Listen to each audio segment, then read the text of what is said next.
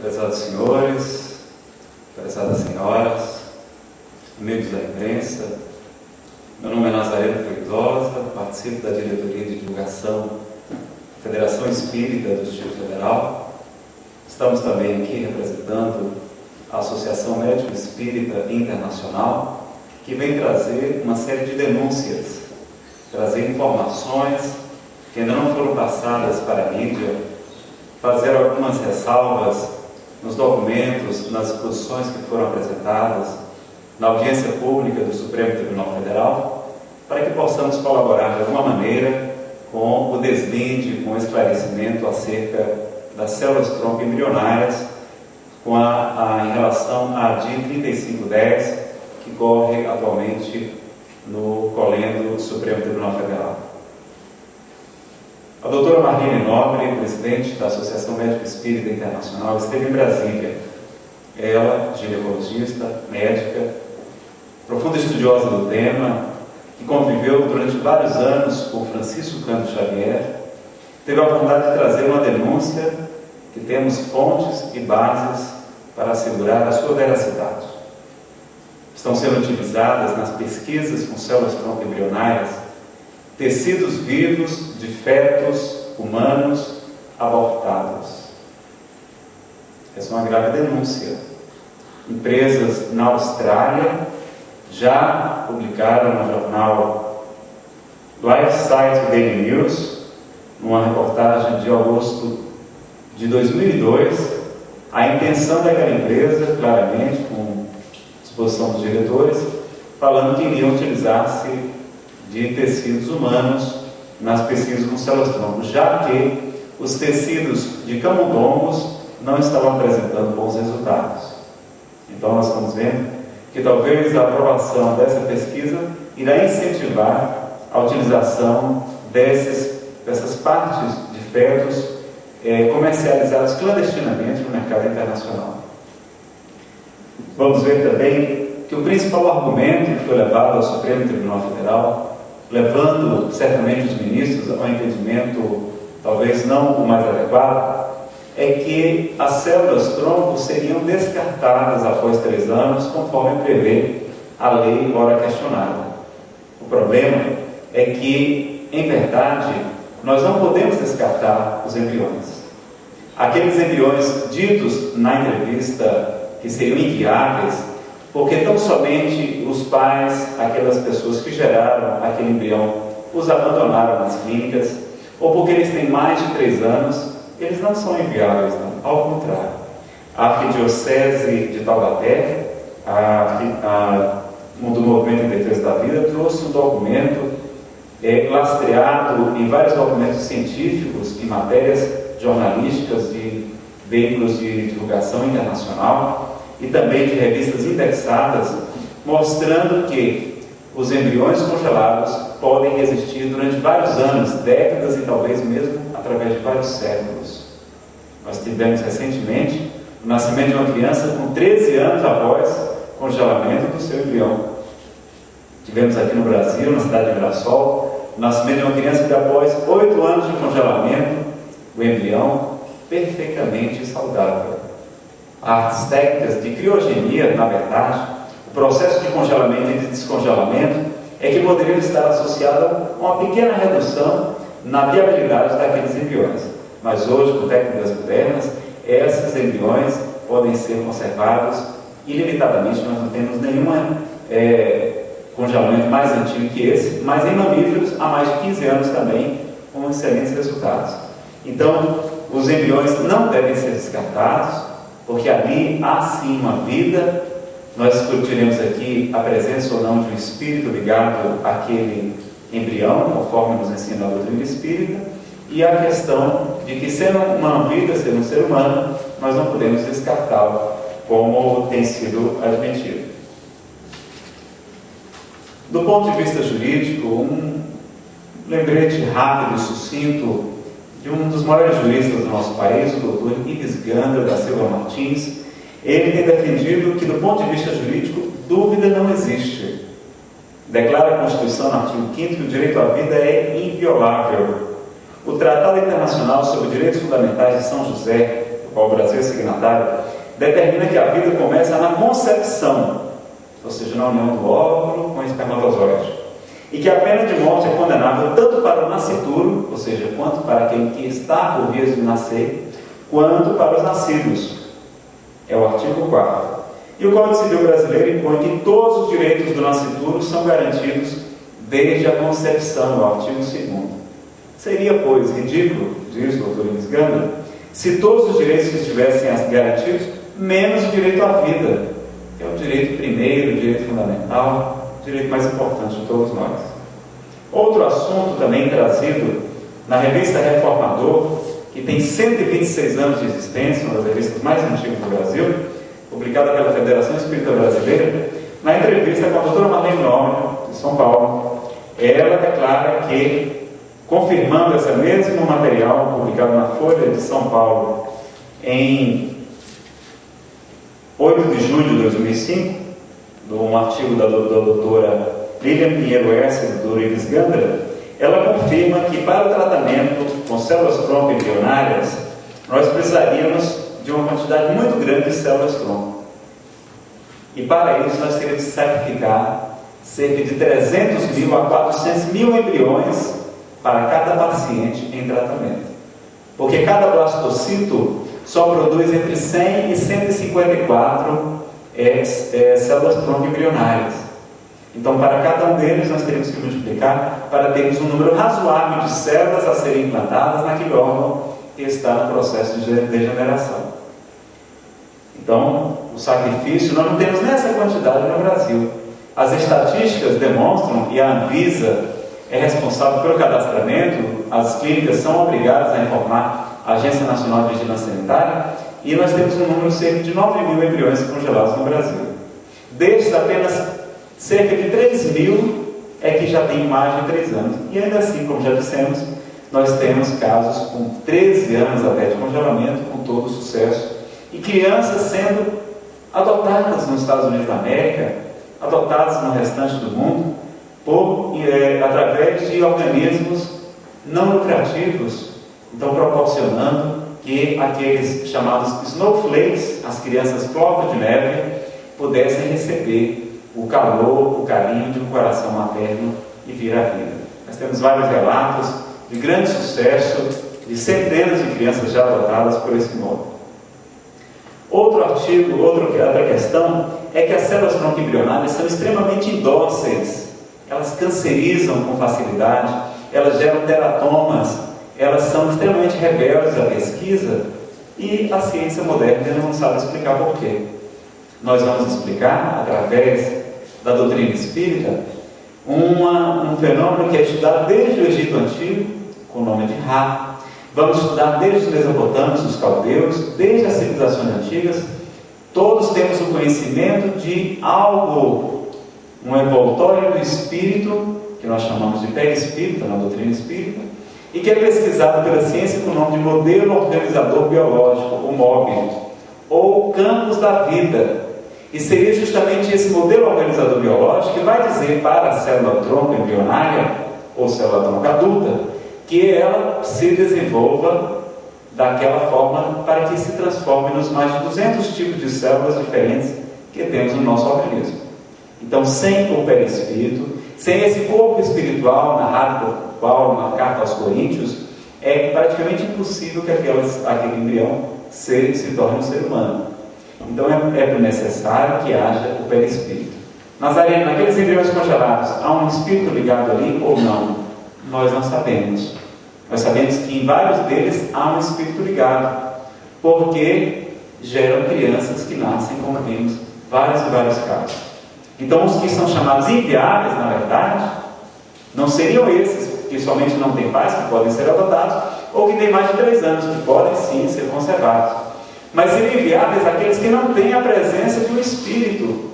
E por isso que, quando inoculados no útero da mulher, eles colocam cerca de 4 hoje em dia, mas já houve casos até de 7 filhos nascerem de uma inoculação. Hoje se reduz, a própria lei orienta que seja no máximo 4, porque alguns não vingam, e não vingam justamente porque não tem um perispírito acoplado naquele embrião. Então esta é a grande diferença Então a ciência vai dar um grande salto, um grande avanço na medicina, diz o próprio Allan Kardec, quando descobrirmos o perispírito, esse envoltório semimaterial que envolve o espírito imortal. Então, para as células-tronco, eles estão se utilizando de feeders layers, ou seja, camadas alimentadoras, tecidos vivos de crianças abortadas. Por quê? Porque ali, aquela célula-tronco se utiliza do perispírito daquele bebê abortado para se desenvolver. E por isso elas dão muito mais resultado do que com o tecido de camundongos, que sempre geram cânceres e assim por diante. Por quê? Porque o perispírito de um camundongo é diferente de um ser humano.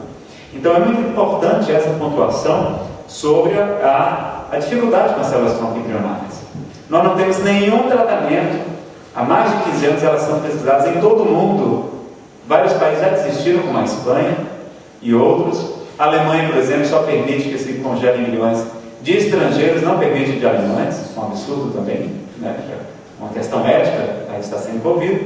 E nós vamos ver que essas células-tronco embrionárias jamais envolveram qualquer tratamento. Enquanto que há mais de 30 anos, as pesquisas com células-tronco adultas têm revelado grandes e comprovados tratamentos. Cerca de 73 tratamentos diferentes já são comprovados. Tratamentos de doenças cardíacas e assim por diante.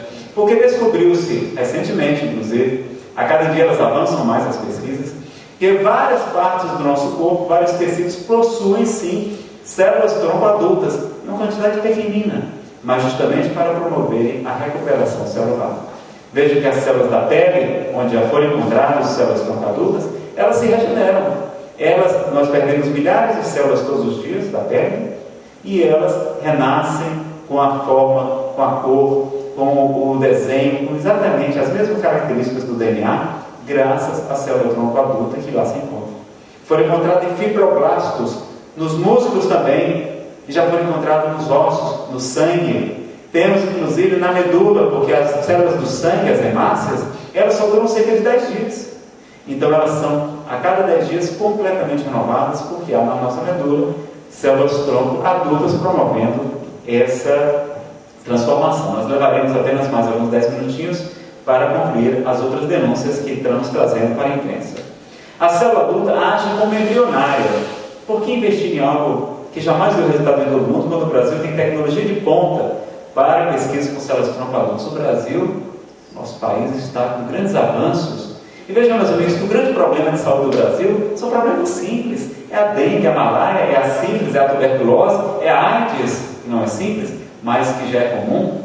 Então, por que canalizar milhares de milhões de reais para pesquisas com pouco material, insuficiente para fazer o tratamento de um único paciente, quando nós temos vários resultados obtidos com células-tronco adultas? O que é que tem por trás disso tudo? Por que esse grande interesse? Porque há muito dinheiro envolvido. Os pesquisadores iriam receber uma grande soma de dinheiro, os laboratórios iriam receber grandes quantias, nós teríamos ali talvez patentes, se fosse descoberto algum tratamento com células-tronco embrionárias. Os cientistas querem ficar milionários, famosos. Então nós temos por trás, além do interesse coletivo, além do interesse público, temos também o interesse financeiro movendo essa questão. Outro problema que o governo brasileiro quer admitido publicamente, o Ministério da Saúde, é a tentativa de legalização do aborto no Brasil.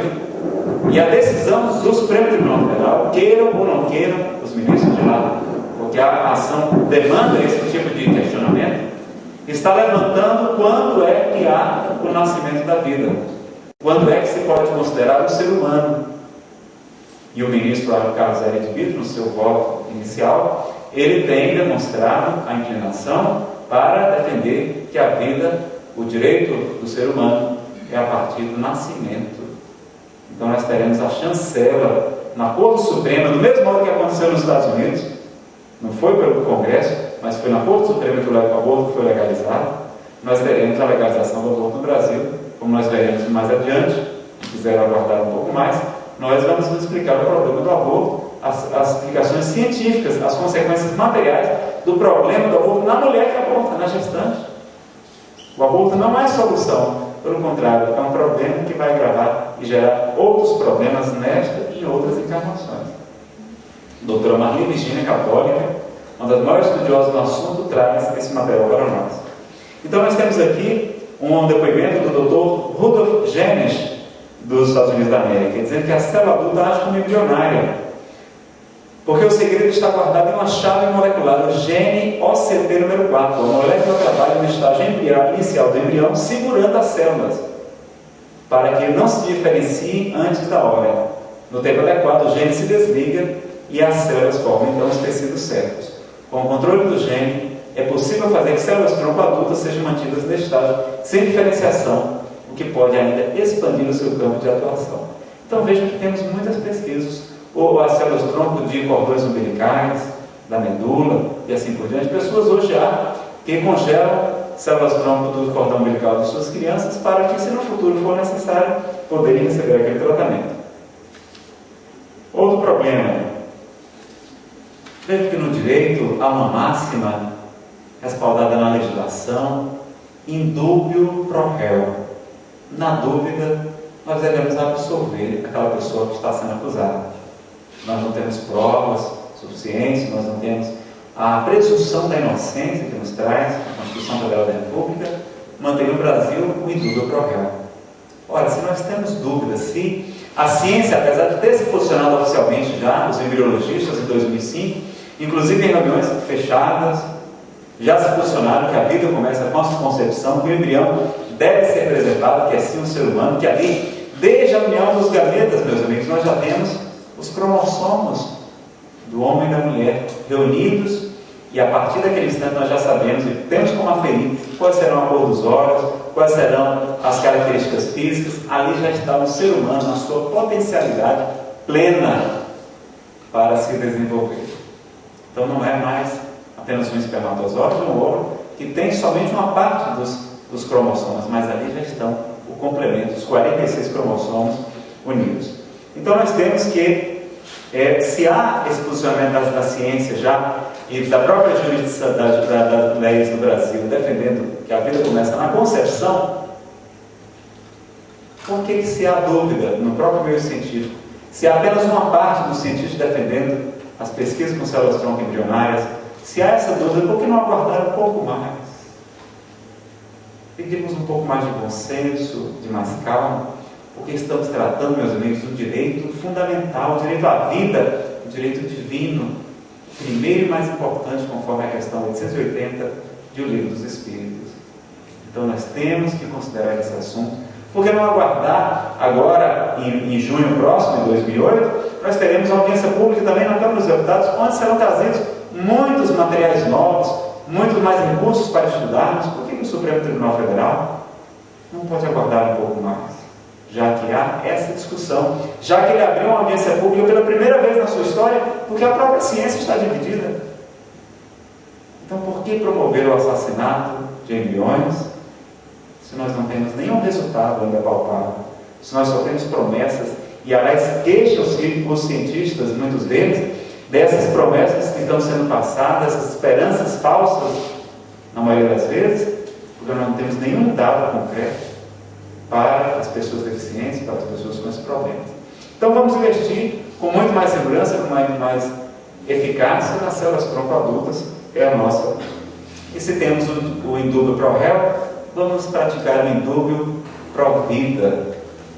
Vamos pelo menos aguardar. Se o Supremo não quiser decidir agora, ele pode estudar o assunto, os ministros podem solicitar vista, como fez o ministro de Direito. O processo é imenso. Estão recebendo cada dia muito material para ser analisado e a pesquisa avança. Com certeza teremos notícias muito em breve para o desvio da questão. Então nós convidamos os senhores para essa análise, defender também a questão da visão da doutrina espírita, mostrando que a ciência de observação trazida por Allan Kardec, pedagogo, um poliglota que dominava 5 idiomas, um cientista, professor, um homem muito sério, que aos 55 anos tomou conhecimento dos fenômenos espirituais e dedicou-se até a fim de sua vida a estudá-los. Os espíritos superiores vêm trazer informações de que a vida começa na concepção. E ali estabelece-se um laço entre o espírito e o ovo. Mas aí o espírito vai ficar ali congelando nas câmaras de congelamento? Não. ali é apenas uma ligação magnética. O espírito fica livre, ele tem inteira liberdade, ele estaria ali, segundo a opinião pessoal da doutora Marlene Nova, talvez apenas demarcando o território, garantindo uma chance, uma oportunidade de reencarnar. Como nós veremos mais adiante, nós temos muita necessidade da reencarnação. Não é por acaso que reencarnamos, né? Mesmo reencarnamos, até que mesmo com doenças degenerativas, tudo é um aprendizado, porque Deus só permite o mal, porque sabe que dele nascerá um bem maior. Não é Deus que nos castiga, Deus não pune, Deus ama. E através da evolução nós vamos conquistando a felicidade. Então a doutrina espírita fala nessa questão, fala que há crime na interrupção da gravidez, em qualquer momento da gestação, e que somos convidados então a analisar esse assunto com mais cuidado. Vamos desenvolver instrumentos para detectar quando existe o perispírito ou não. Nós já temos alguns instrumentos rudimentares, como a fotografia kirliante, que fotografa a aura, a emoção, o corpo emocional das pessoas. Então esse corpo sutil pode ser pesquisado, será descoberto muito em breve, e temos certeza que um pouco mais de cuidado diante da vida, receber essas criancinhas, adotando-as, esses flocos de neve, as snowflakes, levando-os ao aconchego de um coração materno, para um lar, para uma existência que é tão importante para todos nós. Então agradecemos, pedimos a quem puder divulgar esse material, deixar aqui o nosso site, onde ele vai ficar disponível, www.nazarenofeitosa.com.br www.nazarenofeitosa.com.br. Deixar também o site da Associação Médica Espírita Internacional, www.amebrasil.org.br amebrasil.org.br. Nós agradecemos a atenção de todos e que Jesus nos abençoe, nos ilumine, nos conduza e nos envolva na sua verdadeira paz.